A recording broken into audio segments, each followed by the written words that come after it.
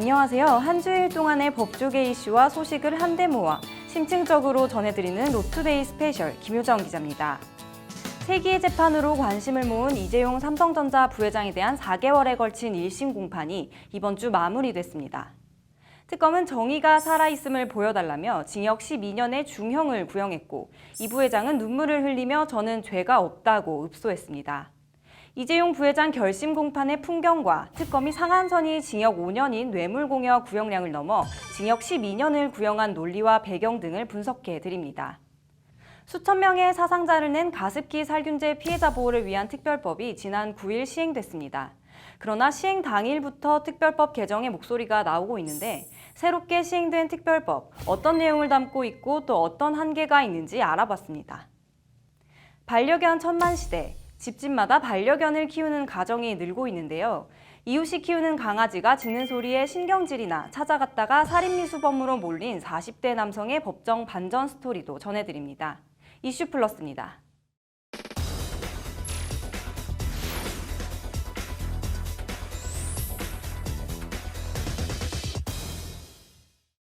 네, 이재용 부회장 결심 공판 소식 좀 더 자세히 알아보겠습니다. 이슈 플러스 이철규 기자 나와 있습니다.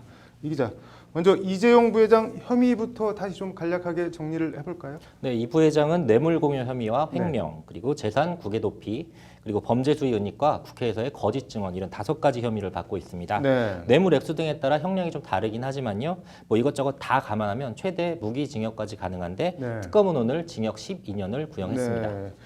네, 뭐 이른바 중형 구형이라는 게 일반적인 평가인 것 같은데 특검에서 뭘 하면서 징역 12년을 구형한 건가요? 네, 박영수 특검은 이른바 그 피고인 논고를 직접 하면서 네. 구형량과 구형 이유를 밝혔는데요. 네. 박 특검은 이재용은 이 범행으로 인한 이익의 직접 귀속 주체이자 네. 최종 결정권자임에도 네. 범행을 전면 부인하면서 다른 피고인에게 책임을 네. 미루고 있다 이렇게 얘기했고요. 네. 피고가 이 사건에 사용한 자금은 개인 자금이 아니라 그 계열사와 법인의 자금인 점 등을 감안하면 네. 정상을 참작할 점이 전혀 없다 이렇게 네. 얘기하면서 법정에서 정의가 살아있음을 보여달라 이렇게 강한 어조로 엄벌을 네. 요청했습니다. 최지성 전 삼성 미래전략실장 등에서도 징역 10년 등이 구형됐죠? 예, 맞습니다. 최 전 실장과 뭐 장충기 전 미래전략실 사장 네. 그리고 박상진 전 삼성전자 사장에게는 네. 각각 징역 10년이 구형됐고요. 네. 황성수 전 삼성전자 전무에게는 징역 7년이 구형됐는데 네. 특검은 뭐 이들이 이재용을 살리기 위해서 네. 허위 진술과 국민들이 납득하기 어려운 변명으로 일관하고 있다고 했습니다. 네. 또 범행을 전혀 반성하지도 않고 국정농단 사건의 실체가 드러나길 바라는 국민들의 염원을 저버리고 있다면서 아주 또 강한 어조로 엄벌을 요구했습니다. 네. 뭐 이재용 부회장은 뭐라고 하던가요? 네, 뭐 특검의 구형의 뒤를 이어서 뭐 네. 최후 진술이라고 하는 게 있습니다. 최후 진술을 하면서 이재용 네. 부회장은 뭐 만감이 교차한 듯 좀 눈물을 보이기까지 했는데요. 네. 이 부회장은 뭐 제가 너무 부족한 점이 많았고 네. 또 챙겨야 할 것들을 제대로 챙기지 못했다. 네. 이게 모두 제 탓이다. 제 책임이다. 그 변명의 여지가 없다. 이렇게 울먹이면서 얘기를 했습니다. 네. 뭐 다 제 탓이다, 제 책임이다라는 거는 혐의를 뭐 인정을 한다는 건가요? 아, 또 그런 의미는 아닌데요. 네. 이 부회장이 또 뒤에 한 말은 네. 제가 뭐 제 사익을 위해서 개인을 위해서 대통령에게 뭘 부탁하다든지 뭐 대통령에게 그런 걸 기대한 적은 전혀 없다 이렇게 얘기를 했고요. 네. 제가 아무리 부족하고 못난 놈이더라도 우리 국민들과 서민들의 노후 자금인 국민연금에 손대면서까지 뭘 욕심을 내겠냐 네. 이렇게도 말했습니다. 결국은 네. 뭐 자신이 부족해 이런 사단이 나긴 했는데 뭐 결코 부정한 청탁은 전혀 없었다. 또 네. 마지막으로 재판부에 이렇게 호소를 한 것입니다. 오늘 박영수 특검 재판정 입장하는데 이른바 보수단체 회원들이 몰려나와서 박 특검이 약간 뭐 봉변을 당할 뻔했다면서요? 네, 화면 직접 한번 보시죠. 네.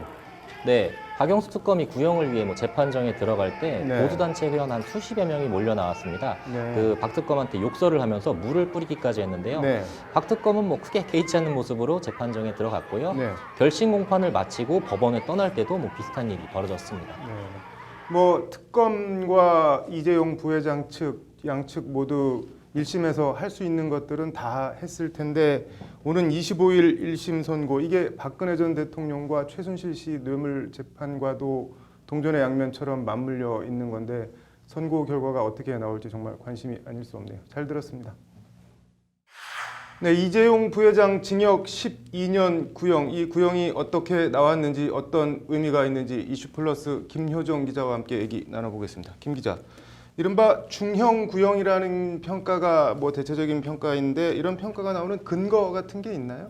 네, 특검이 이 부회장에게 적용한 혐의는 뇌물 공여와 횡령, 또 재산 국외 도피, 범죄 수익 은닉, 국회 위증 등 5가지인데 네. 그중에 주된 혐의는 뇌물 공여라고 할 수 있습니다. 네. 나머지는 어떻게 보면 뇌물에 딸린 혐의들입니다. 네, 그렇죠. 그래서 50차례 넘는 공판 과정에서도 특검과 이 부회장 측 공방이 주로 뇌물 혐의에 집중된 거잖아요. 네, 그런데 이 뇌물 공여, 그러니까 뇌물을 준 사람에 대한 형량은 네. 법조항에 따르면 최대 5년 이하로 되어 있습니다. 아, 액수에 상관없이 5년 이하인가요? 어떤 법조항인가요? 네, 형법 제133조인데요. 네. 133조 1항은 뇌물을 공여한 자는 5년 이하의 징역 또는 2천만 원 이하의 벌금에 처한다고 규정하고 있습니다. 네. 대법원 양형 규정도 1억 원 이상의 뇌물을 공여한 경우 네. 가중을 하더라도 3년 이상 5년 이하의 징역에 처하도록 하고 있습니다. 네. 즉 뇌물을 받은 사람이 아니라 준 사람은 네. 뇌물 액수가 몇백억 또 몇천억 원이더라도 법적으로는 또 대법원 양형 기준으로는 징역 5년 이상을 선고할 수 없도록 돼 있는 구조입니다. 네, 뭐 특정 경제범죄 가중처벌법 이른바 특경가법이라고 하죠. 거기 보면은 뇌물을 받은 사람은 액수에 따라 무기징역까지 처할 수 있도록 하고 있는데 뇌물을 준 사람은 이런 가중처벌 규정이 없는 모양이네요. 그럼? 예, 그렇습니다. 네. 뇌물 공여보다 형량이 높은 횡령과 배임 등으로까지 혐의를 확대해봐도 이재용 부회장에 대한 징역 12년 구형은 지난 10년간 재벌 총수에 대한 검찰 구형량을 다 따져봐도 단연 최대입니다. 수십조 원의 분식회계와 사기대출 혐의 등으로 기소된 김우중 전 대우 회장에 대한 검찰 구형이 15년, 선고가 징역 10년이었던 점을 감안해봐도 특검이 이 사안을 얼마나 엄중하게 보고 있는지 알 수 있습니다. 네, 그렇군요. 이 부회장에 대한 징역 12년 구형이 중형 구형이라는 건 알겠는데 뇌물죄 공여자가 5년이 최고 상한인데 12년 이건 어떻게 이런 구형량이 나올 수 있었나요, 그러면? 네, 이 부분은 이 부회장의 다른 혐의들을 봐야 하는데요. 네. 특검은 어제 결심 공판에서 네. 재산 국외 도피죄의 법정형이 징역 10년 이상이라고 강조했습니다. 네. 특정 경제범죄 가중처벌법상 재산 국외 도피죄는 해외로 반출한 액수에 따라 형량이 늘어나서 50억 원 이상인 경우 무기 또는 10년 이상 징역에 처하도록 하고 있는데요. 네. 특검은 삼성이 최순실 씨의 독일 현지 법인에 제공한 78억 원을 최 씨에게 뇌물을 주기 위해 재산을 해외로 빼돌린 것, 즉 네. 재산 국외 도피로 보고 이 부회장에게 이 혐의를 적용해서 징역 12년을 구형한 겁니다. 네. 그래도 재산 국외 도피로 12년을 구형한 것은 아주 세게 구형량을 불렀다는 즉 중형의 구형이라는 게 법조계의 대체적인 평가입니다. 네. 뭐 뇌물을 줬다는 사람에게 12년형을 구형했으면은 받은 것으로 지목되고 있는 박근혜 전 대통령이나 최순실 씨에 대한 검찰 구형량은 이거보다 훨씬 더 높을 가능성이 많겠네요. 예, 그럴 것이라는 게 법조계의 일반적인 관측인데요. 네. 관련해서 어제 박 전 대통령 변호인인 유영하 변호사가 네. 특검이 이재용 부회장에게 징역 12년을 구형했다는 기자들의 말을 듣고 네. 아무런 언급은 하지 않은 채 네. 말도 안 된다는 듯이 고개를 절레절레 흔든 것도 이런 배경이라고 볼 수 있겠습니다. 네. 네, 뭐 이재용 부회장도 그렇고 박 전 대통령이나 최순실 씨 뭐 정말 당사자들이야 가슴 졸이면서 이 부회장 재판 선고 결과 기다리고 있을 텐데 법원 1심 선고 어떻게 나올지 정말 무지하게 궁금합니다. 잘 들었습니다. 네, 문재인 대통령이 어제 가습기 살균제 피해자와 가족 그리고 유가족들을 만나 위로하고 처음으로 정부 차원의 사과를 했습니다. 관련해서 오늘부터 가습기 살균제 피해 구제를 위한 특별법이 시행된다고 하는데요. 이슈플러스 장한지 기자 나와 있습니다. 장 기자, 오늘 가습기 특별법 시행을 앞두고 문 대통령이 뭐 여론 환기 차원에서 어제 피해자 가족들을 만난 것 같은데 문 대통령 발언부터 간략하게 먼저 좀 소개를 해주시죠. 네, 문재인 대통령은 어제 폐 손상으로 평생 산소통을 안고 살아야 하는 14살 임성준 군을 포함해서 가습기 살균제 피해자와 그리고 가족 15명을 청와대에 초청해서 만났는데요. 네. 이제 문 대통령은 어떤 위로도 도움도 받지 못한 채 막막하고 힘든 시간을 보내야만 했던 분들께 제가 대통령으로서 정부를 대표해 가슴 깊이 사과의 말씀을 드린다 이렇게 말했습니다. 네. 이명박 정부 때였죠. 2011년 가습기 살균제 사태가 터진 이후에 이렇게 정부 차원의 그리고 또 대통령 사과는 이번이 처음이거든요. 네. 문 대통령의 거듭되는 사과와 위로의 말에 유족들은 눈물을 흘리기도 했습니다. 네. 관련해서 가습기 살균제 피해 구제를 위한 특별법이 오늘부터 시행된다고 하는데 어떤 내용인가요? 네, 크게 세 갈래인데요. 네. 하나는 가습기 살균제 건강 피해 인정 신청을 하면 네. 60일 이내에 피해 구제 위원회 심의를 거쳐서 네. 건강 피해 인정 및 피해 등급 등을 결정해 주는 거고요. 네. 다음은 피해 인정을 받은 피해자에게 네. 요양급여와 요양생활수당, 장의비, 간병비 등을 지급해주는 피해자 구제 급여 부분, 네. 그리고 이 재원 마련을 위한 피해 구제 분담금 이렇게 세 갈래입니다. 네. 이렇게 특별법이 시행되면은 피해자나 가족 입장에서는 뭐가 어떻게 달라지는 건가요? 이것도 두 측면이 있는데요. 네. 하나는 기존에 일정 부분 지원을 받던 피해자들, 그리고 네. 다른 하나는 피해 신청은 했지만 정작 지원 대상에서 제외된 피해자들, 이렇게 두 부분으로 나눠서 생각해 볼 수 있는데요. 네. 일단 기존에 지원을 받던 피해자들은 이 특별법의 피해자 구제, 급여 관련 조항에 따라서 체계적이고 안정적이고 좀 더 실질적인 지원을 받을 수 있을 것으로 보입니다. 네. 기존에 지원에서 배제됐던 피해자들은 그럼 어떻게 되는 건가요? 네, 지난 4일 기준으로 총 5,729명이 정부기관에 가습기 살균제로 인한 폐질환 등 피해를 신고를 했는데요. 네. 그중 사망자만 21%인 1,222명에 이릅니다. 네. 뭐 피해 규모가 정말 엄청나네요. 네, 그렇습니다. 정부는 이들을 대상으로 피해 정도와 가습기 살균제와의 연관성 정도 등을 이제 감안을 해서 네. 피해 등급을 1단계에서 4단계까지 나누고 있는데요. 네. 이 가운데 현재 1에서 2단계 판정을 받은 피해자들만 정부 지원을 받고 있습니다. 네. 그런데 여기에 해당하는 피해자들은 전체 신고 피해자의 고작 28%에 불과합니다. 네. 즉 피해 신고를 한 사람 열의 7명은 정작 지원 대상에서 빠져 있다는 건데요. 네. 특별법을 통해서 역학조사나 이제 독성 시험 같은 것들을 이제 별도의 심사를 해서 네. 이 3, 4단계 피해자들도 지원을 받을 수 있도록 하는 길이 열린 겁니다. 네. 뭐 추가로 돈이 들어가야 될 텐데 이 추가로 들어가는 지원금 재원은 그럼 뭐 어떻게 마련을 하는 건가요? 네, 특별법에 규정된 가습기 살균제 피해 구제 분담금 조항이 이 재원 마련을 위한 조항인데요. 네. 이 조항은 가습기 살균제 사업자들이 1,000억 원, 그리고 원료물질 사업자들이 250억 원, 총 합해서 1,250억 원의 기금을 마련하도록 하고 있습니다. 네. 이와 관련해서 문재인 대통령은 특별 구제 개정의 일정 부분 정부 예산을 출연해서 피해 구제 재원을 확대하는 방안을 추진하겠다 이렇게 말을 했는데요. 네. 기업 출연금과 정부 예산 이런 것들을 합해서 합한 금액으로 적극적으로 피해자 구제에 나서겠다는 취지입니다. 네. 뭐 가습기 특별법이 오늘부터 시행됐다고 하는데 그런데 벌써부터 특별법을 개정해야 한다 이런 목소리가 나오고 있다고 하는데 이건 무슨 얘기인가요?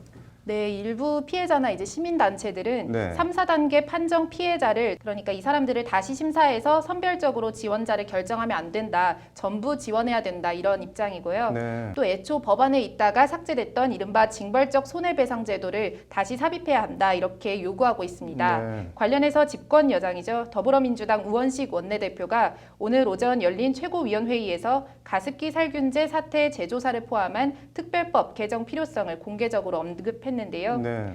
집권 여당 원내대표가 공개석상에서 한 발언이니만큼 네. 이제 실제 법 개정으로 이어질지도 주목됩니다. 네. 뭐 가습기 살균제 사태가 터지고 6년이 넘도록 정부 국민의 안전을 책임져야 할 정부 차원의 공식 사과도 없고 관련 특별법 제정도 지금까지 없었다는 게 그게 더 참 그러네요. 잘 들었습니다. 네, 이웃집 강아지가 하도 지저대서 강아지를 혼내주러 갔다가 살인 미수범으로 몰려 기소된 어떻게 보면 기구한 한 40대 조선족 이야기 이슈플러스에서 해보겠습니다. 이철규 기자 나와 있습니다. 이 기자, 일단 이번 사건 개요 뭐 어떤 내용인지부터 좀 간략하게 전해주시죠. 네, 이 사건이 벌어진 건 지난 4월 19일 오후 5시쯤 그 서울 관악구에 있는 한 아파트인데요. 네. 이 아파트는 좀 지금은 좀 드문 그 여러 세대가 한 층에 모여 사는 복도식 아파트 구조로 네. 되어 있습니다. 이 아파트 15층 난간에서 40대 조선족 출신인 박모 씨가 같은 층에 사는 59살 송모 씨를 복도에서 들어서 난간 밖으로 집어 던져서 죽이려 했다는 살인 미수 혐의로 기소된 사건입니다. 이웃을 15층에서 들어서 던지려 했다는 건데 뭐 때문에 그랬다는 건가요? 네, 사건의 발단은 그 송모 씨가 기르던 강아지인데요. 네. 그 강아지가 사연이 긴데 박 씨가 송 씨가 기르던 강아지의 정강이를 물린 적이 있다고 해요. 네. 이 때문에 뭐 이웃 간에 송사가 좀 벌어졌고요. 네. 뭐 이후에도 서로 뭐 때렸네 마네 하면서 계속 뭐 경찰에 신고하는 뭐 네. 이웃이 아니라 말 그대로 좀 왼수가 된 사연이 있습니다. 네. 뭐 아무리 서로 원수라고 하더라도 검찰이 살인 미수로 기소를 했을 정도면은 어쨌든 뭐 뭔가 근거가 있었을 텐데 어떤 건가요? 네, 이 박 씨가요, 송 씨를 집어서 던지려고 할 때 송 네. 씨가 사람 살려 여러 차례 수차례 고함을 좀 있는 대로 질렀고요. 네. 바로 이 장면을 이웃에 사는 같은 고3 학생이 보고 경찰에 신고를 해줬다고 합니다. 네. 이 검찰은 이 고등학생의 진술과 함께요. 박 씨가 그 송 씨 집을 가서 문을 두드릴 때 복도 뒤에 숨어 있었던 점과 모자와 마스크를 쓰고 얼굴을 감추려 했던 점, 그리고 평소 만나기만 하면 싸웠던 점, 이런 점들을 감안해서 박 씨가 아마 송 씨의 강아지에 대한 원한으로 송 씨를 죽이려 했다, 이런 내용으로 기소를 한 겁니다. 네. 뭐 박 씨 입장은 어떻게 되나요? 네, 박 씨의 주장은 강아지도 뭐 그날 하도 지저대서 네. 강아지한테 발길질 한번 하러 송 씨 집을 찾았다고 하는데 네. 그래서 박 씨는 송 씨를 이렇게 밀고 들어가서 강아지를 발로 차려고 했는데 이 과정에서 송 씨가 넘어졌고 그 주저앉은 송 씨를 일으켜 세우는 과정에서 네. 송 씨가 갑자기 사람 살려 소리를 지르니까 네. 뭐 이 장면을 고등학생이 목격해서 신고한 거다, 이렇게 억울하게 살인 미수범으로 몰렸다, 이런 네. 내용입니다. 어떻게 보면 뭐 우연의 연속인데 국민 참여 재판이 열렸다고 하는데 재판 결과가 어떻게 나왔나요? 네, 그 어제 오후 늦게 저녁 한 8시 40분경 선고가 나왔는데요. 네. 배심원 9명 중 8대 1의 판결로 무죄가 나왔고요. 네. 재판부도 이를 받아들여서 무죄를 선고했습니다. 네. 네, 일단 박 씨가요, 좀 간질을 앓고 있는 4급 장애인이라 그 몸이 좀 매우 좀 허약하다는 주장이 받아들여졌고요. 네. 또 애초에 송 씨를 들어서 던질 만한 힘 자체가 없었다, 뭐 이런 박 씨 변호인 주장이 배심원들을 많이 자극한 것으로 보이고요. 네. 여기에 또 조선족 출신이라 한국말이 조금 어눌하거든요. 그래서 이 부분이 초기 수사 단계부터 진술하는 과정에서 자기 의사 표현이나 진술을 뭐 제대로 하지 못한 점, 이런 점들이 참작이 됐습니다. 네. 뭐 박 씨 입장에서는 어디다 말도 못하고 정말 억울했을 것 같은데 층간 소음이나 애완견 갈등 문제, 이건 참 답이 없어 보이네요. 잘 들었습니다. 박근혜 전 대통령의 재판이 있는 날이면 재판정 안도, 법정 출입문도, 법원 정문도, 또 정문 앞 거리까지 서초동이 시끌시끌합니다. 박 전 대통령을 응원하기 위해 나온 이른바 친박단체 회원들이 법원 안팎에 운집하기 때문인데요. 우리 박근혜 대통령은 죄가 없다, 거대한 음모다라는 이들 거리의 친박단체 회원들을 만나 그들의 이야기를 들어봤습니다. 피해자 국선 변호사 제도라고 들어보셨나요? 성폭력과 아동학대 피해자들이 경찰이나 검찰 조사 단계에서부터 국선 변호사의 도움을 받을 수 있도록 하는 제도인데요. 피해자의 심리 상태 그리고 법적 권리 보호를 최우선으로 하는 이들 진술조력인이라 불리는 피해자 국선 변호사들의 열공 현장을 찾아 변호사들의 얘기를 들어봤습니다. 삼성물산 제일모직 합병도 뭣도 나는 모른다. 구속에서 기소, 결심 공판까지 이재용 부회장 재판 171일 동안 쏟아져 나온 말들을 카드로 읽는 법조에서 정리해봤습니다.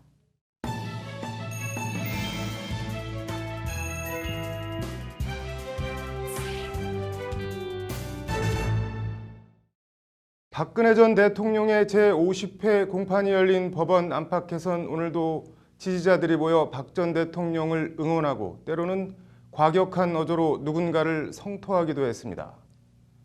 어제 열린 이재용 삼성전자 부회장 결심 공판에선 직접 법정에 나와 구형을 한 박영수 특검에게 이들이 몰려들어 소란이 벌어지기도 했습니다. 이른바 친박단체 회원들은 어떤 생각을 갖고 있고 무슨 이유로 재판정으로 거리로 나오는지 장한지 기자가 그들을 만나 얘기를 들어봤습니다.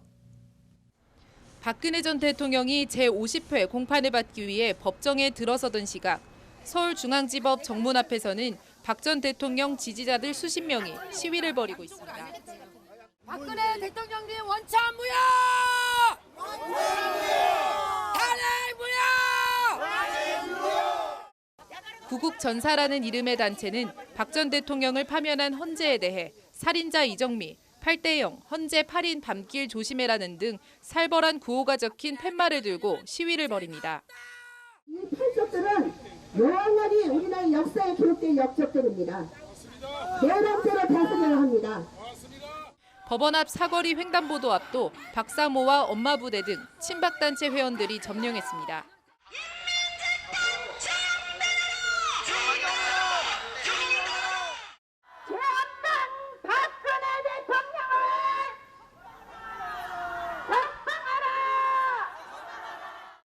지난 5월 23일 이후 오늘까지 넉 달째 50차례에 걸쳐 열리고 있는 박 전 대통령 공판.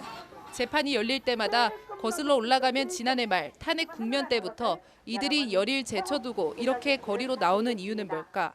올바른 법치 국가를 형성하기 위해서 다시 제자리에 모든 거를 대한민국을 올바르게 가기 위해서 하는 겁니다.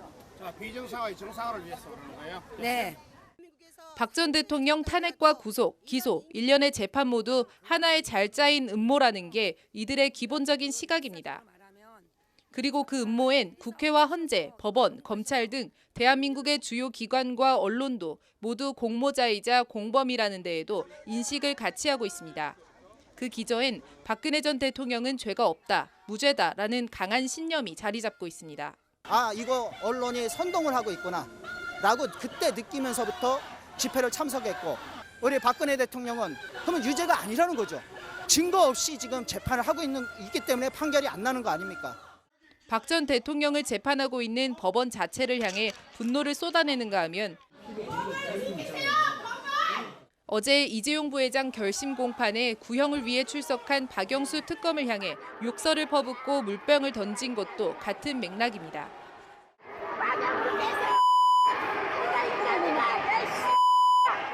우리 박근혜 대통령을 음해하고 모함하는 불순 세력들이라는 겁니다. 그리고 오늘도 이들은 박 전 대통령 재판을 방청하기 위해 법정 출입구 앞에 긴 줄로 늘어서 있고 내일도 모레도 그럴 겁니다. 동감 여부와는 별개로 비정상의 정상화와 헌법 수호를 위해 박 전 대통령 재판이 열리는 법원에 나오고 있다는 것이 이들의 한결같은 주장입니다. 법률방송 장한지입니다. 피해자 국선 변호사 제도라는 게 있습니다. 보통 국선 변호사라고 하면 형사사건 재판에만 국가가 붙여주는 걸로 알고 있는데, 성폭력이나 아동학대 피해자의 경우 검찰이나 경찰 조사 단계에서부터 국선 변호사의 도움을 받을 수 있다고 합니다.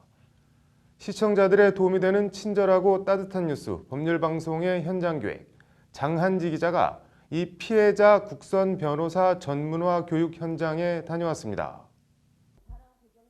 오늘 오전 서울 강동구의 한 심리치료 강의실입니다. 20대에서 50대까지 다양한 연령층의 사람들이 강사의 강의에 집중하고 있습니다. 얼핏 무슨 자격증 강의라도 듣고 있는 것처럼 보이지만 수강생들은 모두 현직 변호사들로 피해자 국선 변호사 전문화 교육을 받고 있는 겁니다.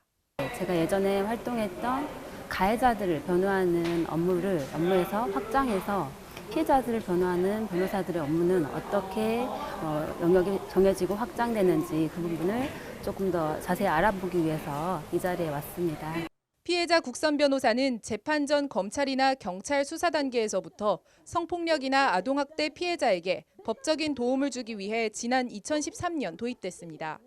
성폭력이나 아동학대 피해자들은 극심한 정신적 충격으로 자칫 초동 진술의 중요한 사실 등을 누락할 수 있고, 무엇보다 악몽 같은 일을 다시 떠올려 진술하는 게 심리적으로 위축돼 쉽지 않기 때문에 진술 단계에서부터 변호사의 도움을 받도록 한 것입니다.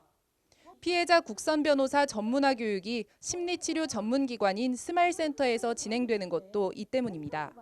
그래서 피해자 국선 변호사가 아니라 법률 조력인이라는 이름으로 처음에 이제 법이 만들어졌고요. 2013년 여러분들 다 아시는 9월 19일 성폭력 관련 법령이 모두 개정되면서 법률 조력인이라는 명칭이 피해자 국선 변호사 또는 피해자 변호사 이런 제도로 만들어지게 됐습니다. 문제는 저조한 이용률. 검사의 국선 변호사 선정 등에 관한 규칙은 검사 또는 사법경찰관은 피해자를 조사하기 전에 그 일시와 장소, 사건 번호를 국선 변호사에게 통지하여야 한다고 명시하고 있습니다.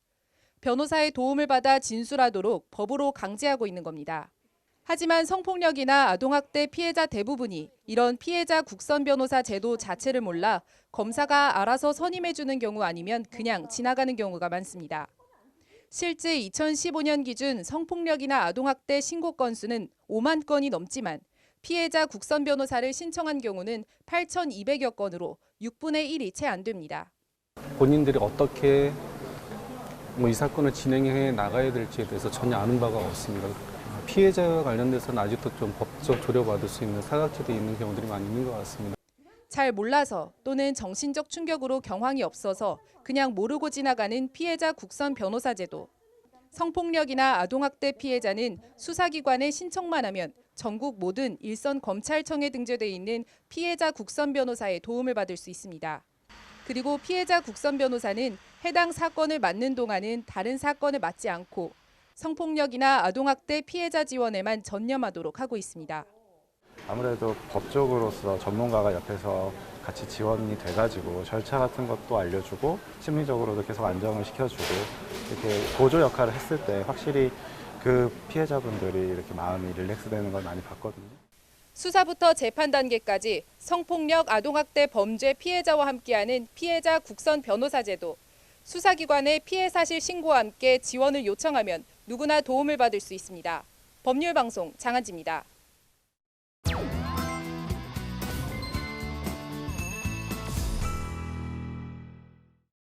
네, 오늘 이재용 부회장 결심 공판이 열렸는데 구속에서 기소, 결심 공판까지 꼭 171일이 걸렸습니다. 이른바 세기의 재판으로 일컬어지던 이 부회장 재판에서 어떤 말들이 쏟아져 나왔는지 카드로 읽는 법조 장한지 기자가 전해드립니다. 지난 2월 17일 한 차례 구속영장이 기각된 끝에 영장이 재청구된 이재용 삼성전자 부회장이 구속됩니다. 증거자료 등을 종합할 때 구속의 사유와 필요성이 인정된다는 것이 법원 판단입니다. 이어 2월 28일 뇌물과 횡령, 재산 국외 도피, 범죄 수익 은닉, 국회 위증 등 5개 혐의로 특검이 이 부회장을 기소합니다. 3월 3일 박영수 특검은 기자 간담회에서 이재용 부회장 재판은 세기의 재판이 될 것이라며 특검과 삼성의 치열한 법리 다툼을 예고합니다. 4월 7일 삼성 뇌물 첫 공판이 열립니다. 이재용 부회장을 필두로 최지성 전 삼성 미래전략실장 등 삼성그룹의 후계자를 포함 삼성 제2인자, 제3인자 등이 줄줄이 법정에 불려 나오기 시작합니다. 이날 박영수 특검은 모두 발언을 통해 삼성 뇌물 재판을 가장 고질적이고 전형적인 정경유착 범죄라고 규정합니다. 삼성 측은 추측과 비약으로 구성된 특검의 예단일 뿐이라고 맞서며 시작부터 팽팽한 기싸움을 벌입니다. 일주일에 3차례 이상 공판이 열리는 강행군의 연속, 양측이 자정을 넘겨서까지 치열한 공방을 벌인 날도 여러 번입니다. 재판이 막바지로 향해 가던 지난 7월 12일 최순실 씨 딸 정유라 씨가 이 부회장 재판의 증인으로 깜짝 출석합니다. 변호인도 몰랐던 그야말로 전격적인 증인 출석. 이 자리에서 정유라 씨는 엄마가 굳이 돈 주고 말 살 필요 없다. 그냥 삼성말 네 것처럼 타면 된다고 했다는 등 폭탄 발언을 쏟아냅니다.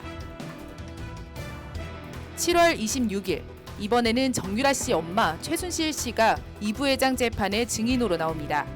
최순실 씨는 재판정에서 특검이 딸에게 비정상적인 회유와 압박을 했다. 피가 거꾸로 솟는다. 딸을 증인 출석시킨 건 제2의 장시호를 만들려는 것이다 라는 등 독한 발언을 쏟아냅니다. 그러면서 특검을 믿을 수 없다며 증언을 거부합니다. 이에 재판부가 그럴 거면 왜 나왔느냐라고 묻자 최순실 씨는 나오라고 해서 나왔다고 말해 법정을 아연실색해합니다. 7월 31일부터 시작된 피고인 신문. 증인 신문에선 하나같이 증언을 거부했던 피고인들은 위증죄 처벌 염려가 없는 피고인 신문에선 적극적으로 입을 열기 시작합니다. 먼저 황성수 전 삼성전자 전무는 최순실을 거스르면 그보다 나쁜 일이 회사에 생길 것 같아서 돈을 줬다. 최순실의 배경에 끌려다녔다는 취지로 진술합니다. 이어 박상진 전 삼성전자 사장도 정유라 승마 지원은 최순실의 해코지 당할까 봐 그랬다고 같은 취지로 진술합니다. 승마협회 회장과 부회장을 맡았던 삼성 임원들이 최순실이 뭐라고 최순실이 무서워 돈을 줬다는 겁니다. 장충기 전 삼성 미래전략실차장은 8월 1일 열린 피고인 신문에서 정유라 지원은 대통령의 강요가 아닌 최순실의 겁박 때문이라고 특검에서 한 진술을 번복합니다. 영재센터 지원안도 박 전 대통령이 독대 자리에서 이재용에게 준 것이 아니라 내가 안종범에게 받은 것이라고 특검 진술을 역시 180도 뒤집습니다. 그러나 장 전 차장은 정작 언제 어디서 받았는지는 진술하지 못했습니다. 8월 2일 열린 최지성 전 삼성 미래전략실장에 대한 피고인 신문. 최 전 실장은 이재용에게 정유라 얘기하지 않았다. 정유라 지원도 삼성물산 제일모직 합병도 내가 다 주도했다. 후계자가 책임질 일을 만들 필요가 있나?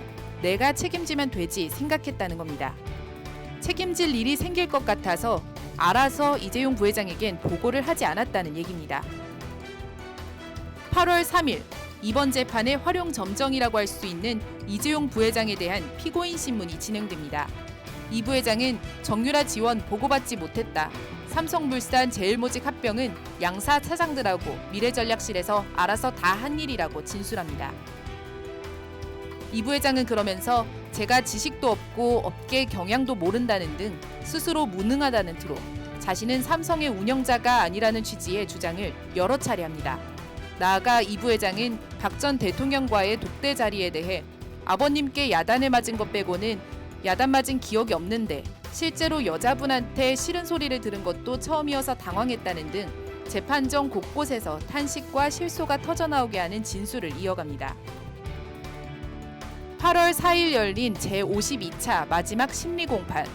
삼성 측은 이 사건 관련 미래전략실 일부 임원이 관여한 증거는 있지만 이재용이 관여한 증거는 없다며 마지막까지 이재용 구하기에 총력을 기울입니다. 반면 특검은 운전자를 바꿔치기 하기엔 운전대에 이재용의 지문이 너무 선명하다. 운전자 바꿔치기나 총대 매기는 인정될 수 없다며 끝까지 이 부회장 혐의 입증에 총력을 다합니다. 이재용 삼성전자 부회장 1심 재판. 법정에 출석한 증인만 59명, 수사 기록은 3만 쪽이 넘습니다. 구속부터 결심 공판까지 특검과 이 부회장 측 그리고 재판부 모두가 치열하게 달려온 171일. 이제 특검과 이 부회장 측 모두 할 수 있는 일은 다 했습니다. 재판부의 판단만 남았습니다. 법률방송 카드로 읽는 법조 장한지입니다. 지난주에 이어 이번 주도 검찰개혁이 뜨거운 이슈입니다. 관련해서 문무일 검찰총장이 지난 8일 취임 후 첫 기자간담회를 갖고 2시간가량 기자들과 열띤 질의응답을 이어갔는데요. 문무일 총장의 워딩에 담긴 문무일표 검찰개혁의 배경과 의도, 숨은 뜻 등 기자간담회의 행간을 읽어드립니다. 문 총장 기자간담회 다음 날인 9일 법무부는 검찰 자체 셀프개혁과는 별도로 법무검찰개혁위원회를 발족했습니다. 현직 검사와 법무부 출신을 완전 배제하고 17명의 위원을 전원 진보적 법학자나 변호사, 시민단체 관계자 등 민간위원으로 채웠습니다. 그 면면과 위원회 활동의 전망을 살펴봤습니다. 주 후반에는 검찰고검 검사급 중간간부 인사가 단행됐습니다. 요약하면 기수 파괴, 전공 파괴, 내용적으로는 윤석열의 서울중앙지검에 크게 힘을 실어준 인사라는 평가입니다. 법무부는 신상필벌 원칙을 엄정히 적용했다고 밝혔지만 관련해서 정말 신상필벌 엄정하게 적용한 것 맞냐, 환골탈태 의지가 있냐는 비판까지 나오는 이유와 그 배경도 아울러 전해드립니다. 로인사이드입니다.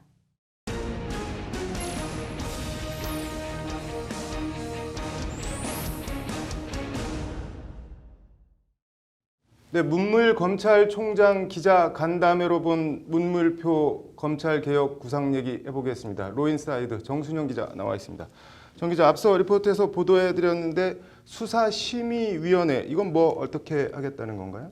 네, 이 검찰에 대한 비판은 보통 역설적으로 검찰의 의무이자 권한이기도 하죠. 즉 네. 수사에 기인하는 경우가 대부분인데요. 쉽게 말해서 어떤 거는 수사를 수사한다고 욕을 먹고 어떤 건 또 수사를 제대로 안 한다라고 또 욕을 먹기도 합니다. 또 네. 어떤 경우에 너무 깊이 들어간다고 네. 또 반대로 한 신용만 한다 이렇게 해서 또 검찰이 네. 욕을 먹는 경우도 그렇죠. 네. 많은데요.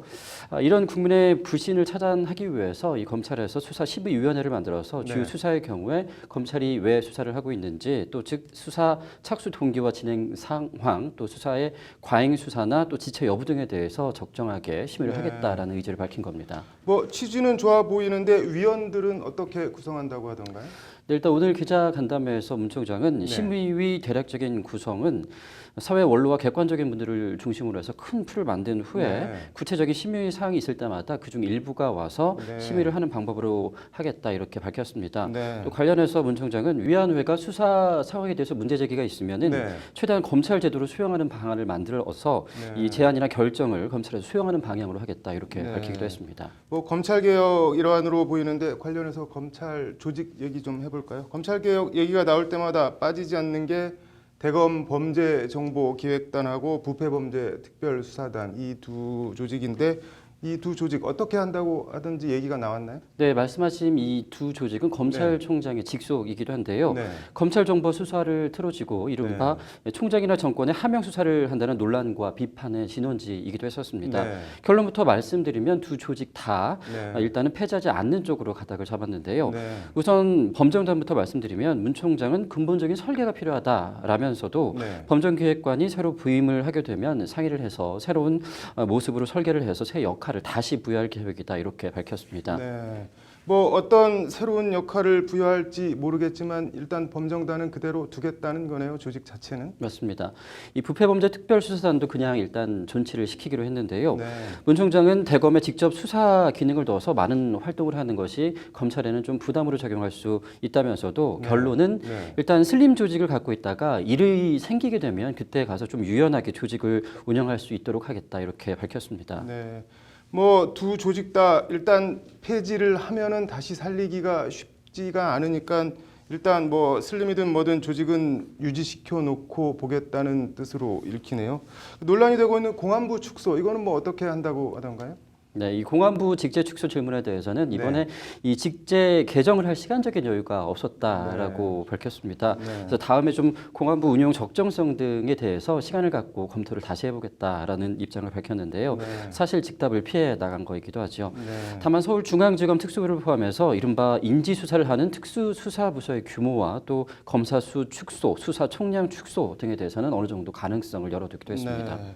전체적으로 보면은 조직은 그대로 두되 일단 검찰 힘 빼는 모양새는 보이겠다 이런 포석 같은데 검경 수사권 조정 관련해서도 얘기가 나왔죠.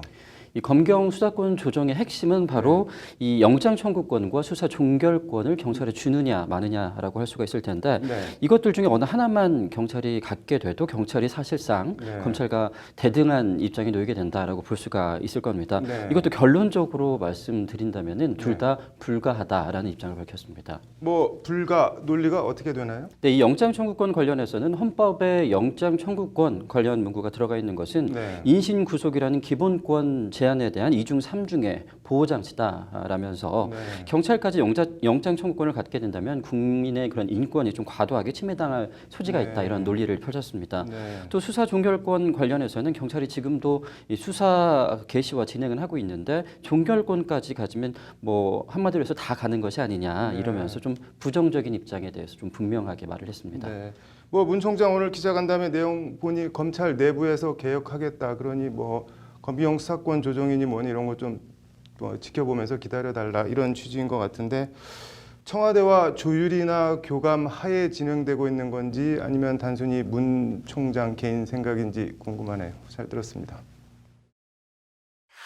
네, 오늘 발족한 법무부 법무검찰개혁위원회 얘기 더 해보겠습니다. 로인사이드 정순영 기자 나와 있습니다. 정 기자, 우선 법무검찰개혁위원회 위원 17명 모두 민간 출신이라고 하는데 어떤 인사들인지 몇 면을 좀 소개해 주시죠. 네, 먼저 위원장은 한인섭 서울대학교 법학전문대학원 교수가 맡았습니다. 네. 16명의 위원 가운데 변호사는 김남준 법무법인 시민, 네. 김진 법무법인 지향, 네. 사봉관 법무법인 지평, 네. 임수빈 법무법인 서평, 허익범 법무법인 산경 변호사 이렇게 5명입니다. 네. 이어서 보면 법학전문대학원 교수가 네. 김두식 경북대, 안진 전남대, 이윤재 아주대, 전지현 연세대, 정한중 한국외대, 차정인 부산대 교수 등 총 6명입니다. 네. 그리고 시민단체 출신으로 네. 박근용 참여연대 공동사무처장, 이미경 한국성폭력 상담소 소장, 정미화 경실련 상임집행위원이 있고요. 성한용 한겨레신문 선임 기자 등 언론계도 2명이 있습니다. 네, 뭐 위원장을 포함해서 교수 출신이 7명, 변호사가 5명, 시민단체와 언론계 출신 5명 이렇게 구성된 것 같은데 우선 한인섭 위원장부터 좀 볼까요? 어떤 사람인지? 네, 서울대 법대를 나와서 동대학원에서 박사 학위를 받았던 한인섭 위원장은 네. 김대중 정권 시절에는 참여연대 사법감시센터 소장, 네. 노무현 정부 때는 사법개혁위원회 위원과 법무부 정책위원회 위원을 지낸 대표적인 진보 성향 사회 참여형 법학자라고 할 수가 있습니다. 네. 또 같은 서울대 교수 출신인 조국 청와대 민정수석과 또 매우 가까운 그런 사이로 알려지기도 네. 했는데요. 박상기 법무부 장관과도 또 참여정부 시절에 네. 사법과 검찰개혁 의제를 다룬 사개위에서 함께 활동했던 그런 네. 과거의 인연을 갖고 있는 상황입니다. 네. 또 한 위원장은 오늘 위촉식에서 국민의 뜻을 무겁게 받들어서 법무개혁과 검찰개혁을 위한 법적 제도적인 방안을 마련하고 적폐청산 인권보장, 국민 참여 시대를 열어가는데 최선을 다하겠다 이렇게 위원장으로서의 취임 각오를 밝히기도 했습니다. 뭐 경력이나 성향을 보면은 한인섭 위원장은 정해진 수순처럼 보이는데 오늘 위원으로 위촉된 변호사나 교수들 몇 면은 또 어떤가요? 네, 이 한마디로 개혁이라는 이 두 글자로 네. 압축을 할 수가 있을 것 같은데요. 네. 김남준 법무법인 시민의 변호사와 또 네. 김진 법무법인 지향 변호사 등 모두 이 민변 출신의 변호사들입니다. 네. 민변 사법위원회 위원장을 지낸 김남준 변호사는 올해 대선 당시에 문재인 후보 캠프에서 반특권 검찰개혁 추진 단장을 맡아서 네. 이미 문재인 정부의 검찰개혁 방안 마련과 추진에 이미 발을 담궜던 전력을 갖고 있고요. 네. 김진 변호사도 민변 사무처장과 여성인권위원장을 역임한 개혁 성향을 갖고 있는 변호사입니다. 네. 임수빈 변호사는 이름이 좀 낯이 익는데 이명박 정부 시절 서울중앙지검 형사 2부장으로 있다가 MBC 광우병 보도와 관련한 PD수첩 제작진 기소 지시를 거부하고 검찰을 떠났던 그 임수빈 변호사가 맞나요? 네, 2009년이었는데요. 네. 그 임수빈 변호사가 맞습니다. 네. 최근에는 검찰개혁 방안을 담은 검사는 문관이다라는 책을 또 펴내기도 했었는데 네. 좀 공교롭다고 하면은 공교로운 것이 이명박 정부 시절에 검찰의 상층부와 마찰을 빚다가 쫓겨난 이 임 변호사가 네. 지금 몸담고 있는 법무법인 서평이 네. 박근혜 정권에서 쫓겨난 최동욱 전 검찰총장이 그런 설립한 네. 또 법무법인이기도 합니다. 네. 여하튼 간에 임 변호사 이 검찰을 떠난 지 9년 만에 다시 이번에 개혁위원으로 돌아와서 친정의 네. 검찰을 다시 겨냥하게 됐습니다. 네. 교수들은 어떤 성향의 사람들인가요? 일단 정한중 한국외대 교수와 네. 차정인 부산대 교수도 민변 출신의 진보 성향의 그런 학자라고도 볼 수가 있는데요. 네.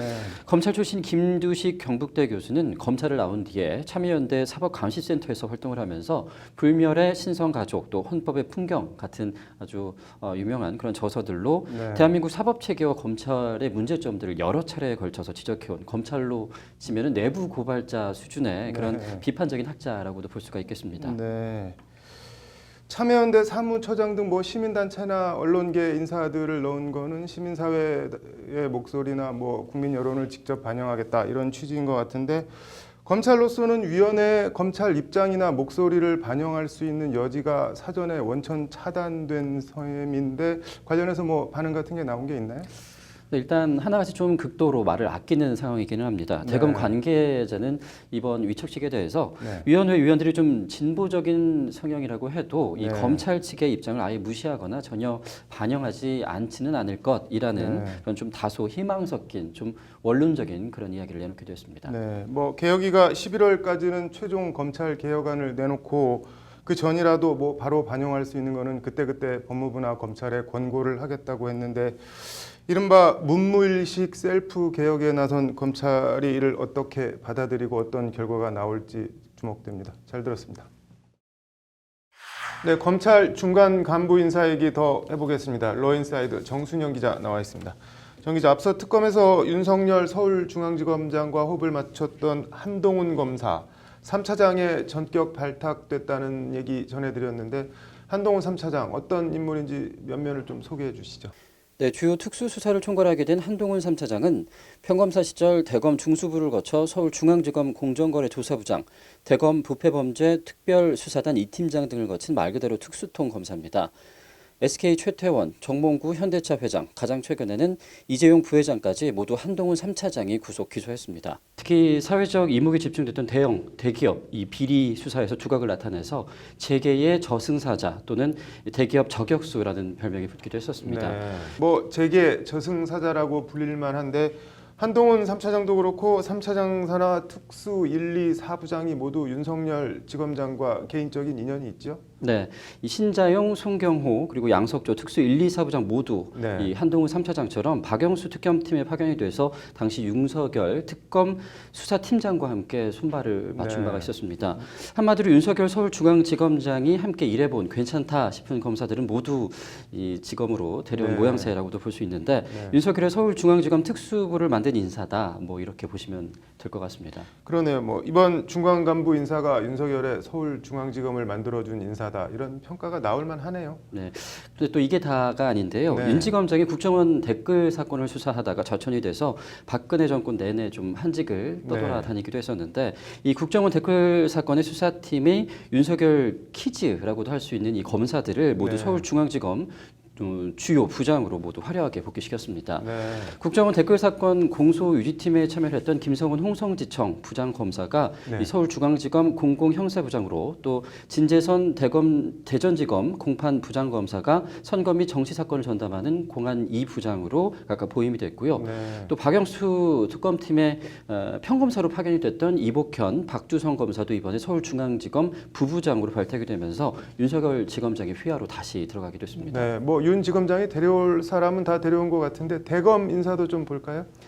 네, 총장 직속 수사기관인 대검 부패범죄 특별수사단장에는 연수원 25기입니다. 이두봉 성남지청 차장이 또 존폐 논란까지 일었던 범죄정보기획관에는 역시 25기 권순범 대검 연구관이 또 전국 특수수사를 조율하는 대검 반부패부 선임연구관에는 연수원 27기인 한동훈 서울중앙지검 3차장보다 2기수 선배인 25기 김우곤 대검 대변인이 자리를 옮겼습니다. 일선 특수수사는 윤석열 지검장과 한동훈 3차장이 지휘를 하되 김우곤 선임연구관을 통해서 조율을 해 나가겠다 이런 포석으로 풀이가 되고 있습니다. 네, 대체적으로 대검 인사는 문무일 총장 친정 체제를 갖췄다 이런 평가를 내릴 수가 있겠습니다. 뭐 마지막으로 이른바 물먹은 인사들도 좀 볼까요? 네, 과거에 좀 부적절한 처신이나 수사로 도마 위에 올랐던 그런 인물들 상당수가 이번 인사에서 좌천성 인사를 당했는데요. 이른바 동봉투 만찬에 참석했던 법무부 이선우 검찰과장 그리고 박세현 형사기획과장은 승진은커녕 부산지검, 수원지검으로 각각 발령이 이번에 났습니다. 네, 지방으로 쫓겨난 거네요. 맞습니다. 또 통합진보당 사건을 수사했던 위헌정당 관련 대책 TF 참여 검사들도 모두 지방청으로 좌천성 인사를 당했는데요. 2003년에 노무현 전 대통령의 검사와의 대화 당시에 이쯤 되면 막하자는 거죠 라는 아주 유명한 말이 있잖아요. 이런 말을 남겼던 노 전 대통령 발언이 나오게 만들었던 김영종 수원지검 안양지청장 등 상당수 검사들은 이번에 아예 옷을 벗고 검찰을 나가기도 했습니다. 네. 법무부가 검찰 중간 간부 인사를 발표하면서 엄정한 신상 필벌을 적용했다 이렇게 자평을 했는데 말 그대로 갈 사람은 가고 올 사람은 오고 이런 인사를 냈네요. 잘 들었습니다. 네, 검찰 중간 간부 인사 법무부는 어제 신상 필벌의 원칙을 적용했다고 밝혔지만 저희 법률 방송이 좀 더 취재를 해보니까 100% 꼭 그런 것만도 아닌 것 같은데요. 로인사이드 정순영 기자와 함께 얘기 나눠보겠습니다. 정 기자, 신상 필벌의 원칙이 그대로 적용됐다고 보기 어렵다. 뭐 어떤 근거들이 있나요? 네, 일단 시간을 좀 거슬러 올라갈 필요가 있는데요. 네. 지난 2013년 4월에 참여연대가 이명박 정부 검찰 보고서라는 백서를 낸 적이 있었습니다. 네. 참여연대는 여기서 총 41명의 검사를 콕 집어서 네. 이른바 정치 검사로 분류를 했었습니다. 네. 정권에 맞는 좀 무리한 수사나 기소 혹은 문계기 수사 등등을 했던 그런 검사들을 추려서 네. 41명으로 백서를 낸 겁니다. 참여연대가 뭐 나름 어떤 기준에 따라 선정을 하긴 했겠지만 어쨌든 일개 시민단체 발표와 이번 검찰 인사가 무슨 상관이 있다는 건가요? 네, 일단 이번 2013년도에 백서에 나온 이름들을 보면 좀 네. 낯이 익은 그런 이름들이 참 많이 있습니다. 네. 우병우, 윤갑근, 전현준, 정점식 뭐 이런 이름들인데요. 네. 당시 참여연대의 정치검사 분류는 다 다른데 윤갑근 전 고검장의 경우에는 세월호 수사 외압 의혹 등 이런저런 이유를 통해서 네. 검찰을 떠난 바가 있었습니다. 이 명단에 이번 검찰 중간 간부 인사에서 요직을 꿰찬 그런 인사들의 이름들도 올라와 있었습니다. 누구인가요? 일단 서울중앙지검 특수 2부장에 발탁이 됐던 송경호 검사가 가장 눈에 띄는데요. 네. 참여연대가 당시에 송경호 검사를 정치 검사로 분류를 했었는데 그 네. 이유가 바로 MBC PD수첩 광우병 수사 담당 검사로 당시에 무리한 수사와 기소를 했다라고 판단을 했기 때문입니다. 이 사건은 뭐 대법원에서 전원 무죄 판결이 났잖아요. 네, 당시 임수빈 형사 2부장이었는데요. PD수첩 제작진을 기소하라는 검찰 상층부의 지시를 거부하고 검찰을 떠났다가 이번 다시 이 법무부 법무검찰개혁위원회 위원으로 다시 돌아왔던 뉴스를 저희가 얼마 전에 네. 전해드린 바가 있었습니다. 네.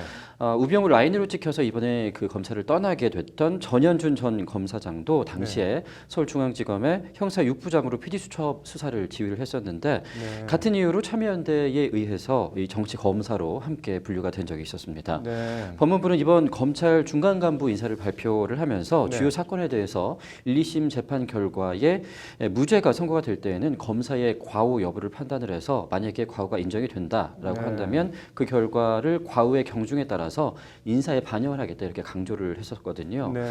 하지만 그럼에도 불구하고 당초에 이 기소 때부터 정권 입맛에 맞춘 무리한 기소라는 비판을 또 받았었고 네. 또 결국에 대법원에서 무죄 판결까지 나온 PD수첩 담당 송경호 검사가 이번에 특수수사 2부장직에 올랐다는 것은 과연 적절한가 이런 논란들이 좀 일고 있는 상황입니다. 네. 뭐 다른 이름들이 더 있나요? 참여연대 리스트에? 네, 역시 서울중앙지검 특수 1부장에 오른 신자용 검사 또 참여연대 정치검사 리스트에 당시 올랐었습니다. 네. 이명박 정부 시절인 지난 2010년 국무총리실 산하 공직윤리지원관실의 민간인 사찰 의혹이 한때 큰 화제가 논란이 되기도 했었는데 이 의혹 수사를 맡아서 결국에 정권의 눈치를 보면서 수사를 뭉개고 꼬리 자르기 수사를 했었다라는 그런 이유로 당시에 명단에 올랐었습니다. 네. 하지만 별다른 문제 없이 역시 이번에도 특수 1부장 자리에 올라오게 됐습니다. 네. 신자영, 송경호 이 두 특수부장 모두 박영수 특검팀에서 윤석열 당시 수사팀장과 한솥밥을 먹은 인연이 있었던데 뭐 아무튼 다른 내용들이 더 있나요? 네, 이 문무일 검찰총장이 취임을 하면서 네. 첫 기자 간담회를 얼마 전에 가졌었잖아요. 네. 당시에 검찰의 과거와 잘못된 수사와 기소에 대해서 이른바 검찰 과거사에 대한 검찰 사상 처음으로 사과를 한 바가 있었습니다. 네. 이때 문 총장이 콕 집어서 언급을 했던 사건 중에 하나가 바로 억울한 동네 청년들을 살인범으로 몰아서 기소를 했던 이른바 약촌 오거리 사건이었는데요. 네. 그런데 이 약촌 오거리 사건 담당 검사들로 이번에 이 법무부 과장과 또 서울중앙지검 부부장 등 검사들이 선호하는 그런 승진 코스 반열에 올랐습니다. 역시 네. 아무 문제 없이 보직을 받게 돼서 또 한 차례 또 논란이 일고 있는 상황입니다. 네. 뭐 총장은 사과를 했는데 정작 사건을 담당했던 검사들은 뭐 승진 코스에 아무 문제 없이 올라갔다고 하니까 문 총장이 사전에 내용을 알았는지 몰랐는지 그것도 궁금하네요. 네. 그런데 또 이게 다가 아닙니다. 네. 군사 정권 시절도 아니고 21세기에 버젓이 일어났던 간첩 조작 사건. 당시에 관여했던 검사들도 이번 인사에 포함이 되었습니다. 이 사건도 대법원에서 무죄가 역시 판결이 났던 선고가 됐던 그런 사건이었는데 서울시 간첩 조작 사건 얘기하는 거죠? 네, 맞습니다. 그럼에도 불구하고 수원지검 형사 1부장과 이 서울 서부지검 형사 4부장으로 수도권과 재경지검 일선 수사 부서장으로 아무 문제 없이 안착을 하는 등 네. 주요 사건에 대해서 무죄 선고가 나면 신상필벌의 원칙에 따라서 인사 조치하겠다라고 밝혔던 이 법무부 스스로 내세운 인사 방침을 정말 엄정하게 적용을 했는가라는 그런 의문점이 남는 그런 인사라고 할 수가 있겠습니다. 네. 뭐 실력들이야 어쨌든 기본적으로 있을 테고 제주들이 참 좋아 보이네요. 잘 들었습니다. 상식과 원칙이 통하는 사회, 법률방송 로투데이 스페셜. 이번 주는 여기까지입니다. 다음 주도 알찬 소식과 정보 전해드리겠습니다. 시청해주신 여러분 고맙습니다.